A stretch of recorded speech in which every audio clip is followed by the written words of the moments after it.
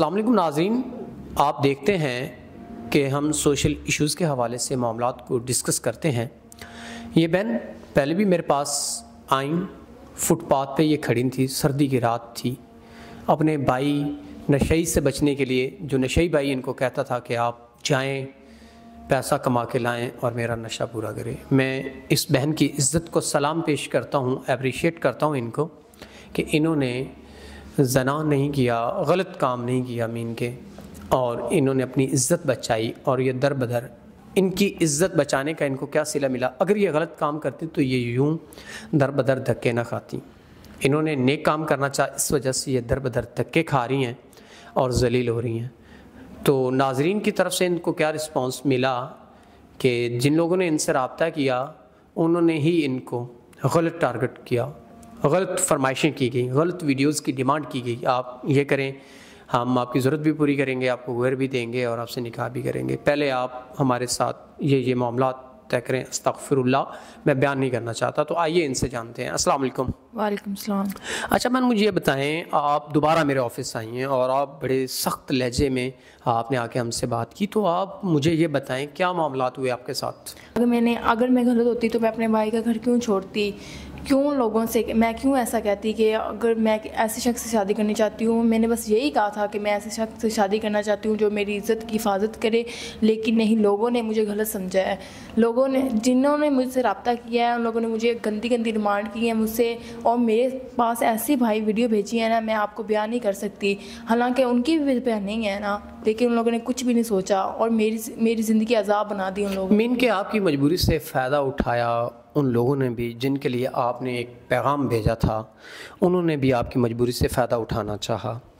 कि नाज़रीन, मैं इस बात के बड़ा ख़िलाफ़ हूँ जब आप किसी की मजबूरी से फ़ायदा उठाते हैं।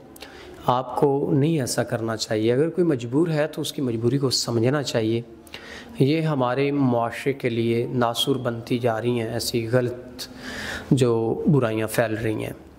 तो ये बेचारी मीडिया पे तो इस मकसद के लिए आई थी कि इनकी दाद रसी हो सके या फिर इनके जो इश्यूज़ थे उनको हैंडल किया जा सके। मगर एक अच्छा पैगाम, मुआशरे के लिए एक अच्छा पैगाम लेके आई थी ये, लेकिन उस पैगाम का गलत मतलब समझा गया। मेरे ख़्याल में लोग बुराई भी नहीं करने देते और अच्छाई भी नहीं करने देते। इस हवाले से क्या कहती हैं आप? ये आप ठीक कह रहे हैं। लड़की किसी भी तरह से महफूज नहीं है, ना उधर से ना इधर से। पहले लोग सारा माशरा फिर बातें लड़की पे करता है, लड़कों को तो कुछ कहता भी नहीं है। जो भी है, बुरी है अच्छी है, बस लड़की है, लड़के को तो कुछ कहता नहीं है ना। वो बाहर जाए तो लोग बातें करते हैं, घर रहे तो फिर बातें करती हैं, बस लड़की को सुनने को मिलती हैं, लड़के कुछ भी नहीं करते। नाज़रीन, बहन के शिकवे अपनी जगह बजा, लेकिन मेरा एक ये मैसेज है कि अगर कोई आपके लिए पॉजिटिव पैगाम भेजता है तो आपको पॉजिटिव वे में रहते हुए उनसे डील करना चाहिए, ना कि ऐसे मामला जिससे एक मुश्किल का मारा फिर दोबारा ऐसी मुश्किल में फंस जाए तो उसके लिए वबाल जान बन जाता है। आप लोगों के लिए एक नसीहत भी है कि ऐसे जो लोग होते हैं उनको सपोर्ट किया करें, ना कि उनको मज़ीद डिमांड करके जलील किया करें। उम्मीद करते हैं कि इनकी इज़्ज़त की पाक दामनी कायम रहेगी। और मैं अप्रिशिएट करता हूँ जिसने अपने सगे भाई को इस वजह से छोड़ा कि वो इसकी इज़्ज़त का मुहाफ़िज़ नहीं था।